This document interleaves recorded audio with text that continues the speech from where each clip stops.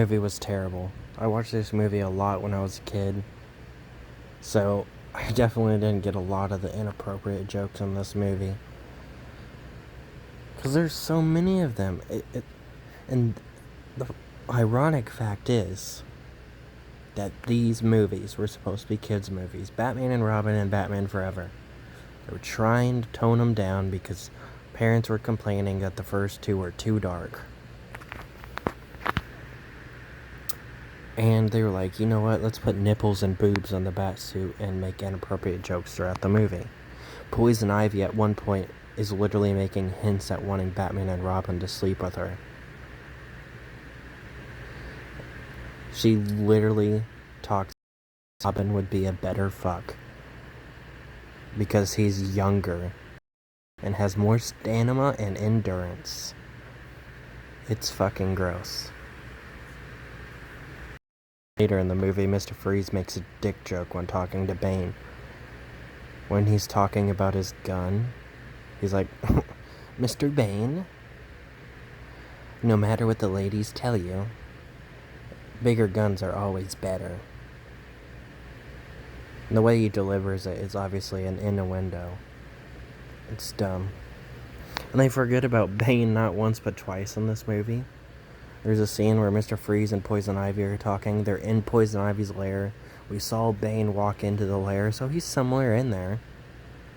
And Poison Ivy is like, well, when you freeze everybody, it's just gonna be me and you, two people.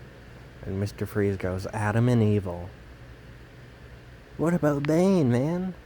And then, not even 10 minutes later, when he's having, getting the thing ready to freeze the city, his thugs are out there fighting for him. So I guess they don't fucking matter either. This isn't Joker. This dude should care about his goons besides the fact that, he did freeze Frosty earlier in the movie. But, usually they're not gonna go all hardy or treat them like friends and family, but most villains in the comics do treat their thugs with respect. And this guy just is like, well, you're gonna fight for me, but you're gonna die, I guess. And then Batgirl doesn't even really wear her Batgirl mask. She wears it for like a minute, walks into the building, and throws it off. I still think it's so funny how Robin says, I'm going solo. And then, literally the next scene is him in the Batcave with Batman asking to team up with him to go after Mr. Freeze. What happened to going solo? Did you just forget your own fucking script? Did you seriously forget the own movie you guys wrote? And then Poison Ivy has got to be one of the weakest Poison Ivies I have ever seen in a movie. Poison Ivy has 3 obvious powers. Control plants. She does that twice in this movie. She can kiss people and murder them. She does that a few times in this movie. And then the power she uses the most. She uses her power to control men to make them fall in love with her and do whatever she wants them to. Well, half the time it doesn't fucking work in this movie. She uses it to control Batman and Robin during the Mr. Freeze thing and makes them flirt over her. And like I was saying earlier about the whole thing with Robin and sex, this is this scene. She is controlling them now. They are in love with her. Mr. Freeze shows up and they go and fight Mr. Freeze. They're under her control, so they shouldn't do that, but they do. And when Robin's under her control still, and Batman's like, well, yeah, I'm under her control too, but I realize I'm under her control. So, we're partners. We're family. You should trust me. And then Robin's just broken out of her control, I guess. And then Robin actually listened to Batman for once. And he puts on these like rubber lips. And then when Poison Ivy fails to kill him by kissing him, he takes off his rubber lips right in front of her and goes like, hey, the rubber lips are immune to your charm. Haha, you can't kill me. And instead of just kissing him again, now that half of the rubber lips are off, She just pushes him into the water and runs away. Like, okay. That's not dumb at all.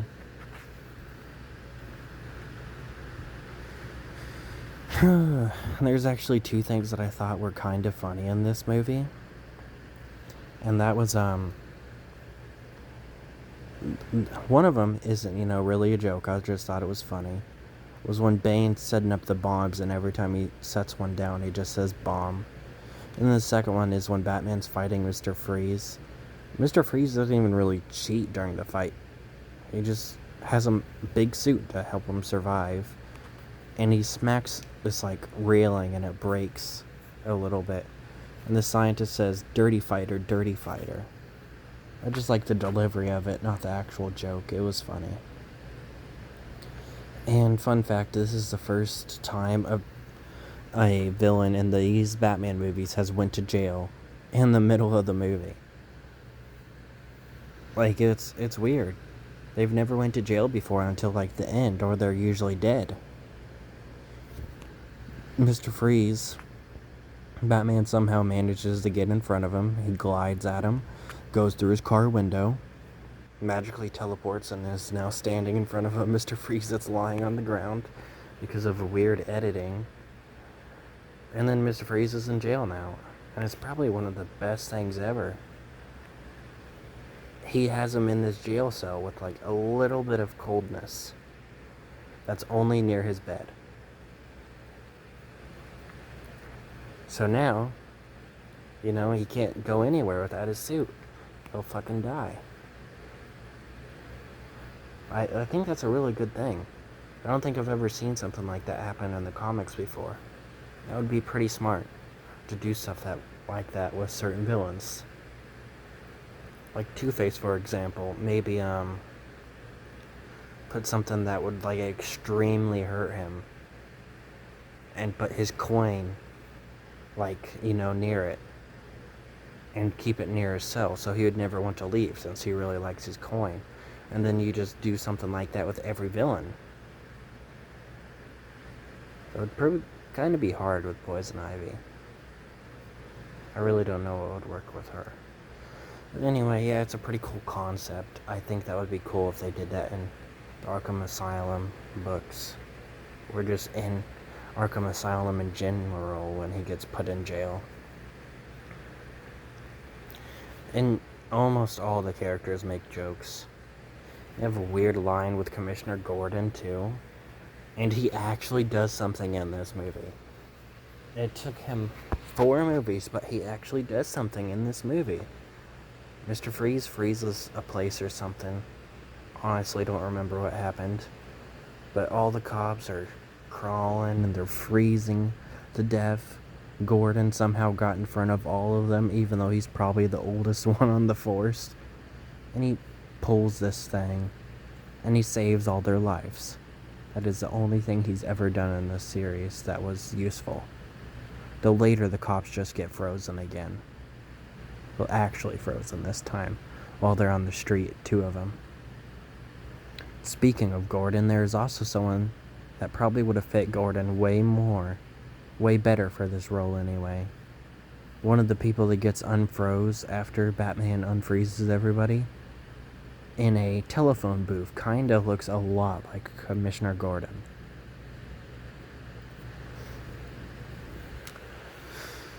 And then Batgirl finds out Batman and Robin are Batman and Robin in probably one of the dumbest ways ever. There's this guy that is Alfred's brother that he's apparently been estranged from for years. And he wants to give him this tablet that tells him, hey, Bruce Wayne and Dick Grayson are Batman and Robin. You have to take care of them, or something like that now, as I'm assuming what it was. We don't get too much details. But it was clearly about telling them that, hey, these 2 are Batman and Robin. You need to help them now, or some shit. And he tells her not to open it, don't mess with it, don't do anything with it. It's basically his final wish, because she knows he's dying now. It's like an unofficial thing with, a will. But she's like, nah, I'm gonna be nosy and guess his password. So, finds out they're Batman and Robin. He already has a suit for her made, which is oddly sexual, even though that is her father. Like, there's, like, boobs on it. It's just weird. Oh, and speaking of things I found funny, I just remembered, once they get the cure to fix Alfred of his life-threatening disease that nobody knows how to cure, besides Mr. Freeze for some reason. I get he's been trying to cure, his wife, but that doesn't explain why he's able to cure other diseases. Maybe he figured out how to cure other diseases and he decided just to save it for some reason, even though he wants to only save his wife. That's like his life's work. But whatever. During that scene, I thought it was funny because Robin is still in his full suit. It just has his mask off.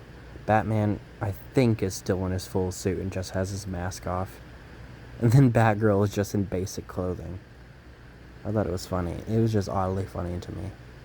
Like, all they did was take the trouble off of looking him in the eyes without their mask on, and then she just undressed. She was like, wait, before we find out if my father is going to live or not, I have to take all my clothing off and put on a shirt and pants. Like, okay. Well, that was weird. But spoiler alert, he survives if you cared. The movie ends not too long after Mr. Freeze wanted to get revenge on Poison Ivy in jail. What a cliffhanger. I don't think it was meant to be a cliffhanger. I think it was just meant to be a cool moment. But I don't care. This movie sucked.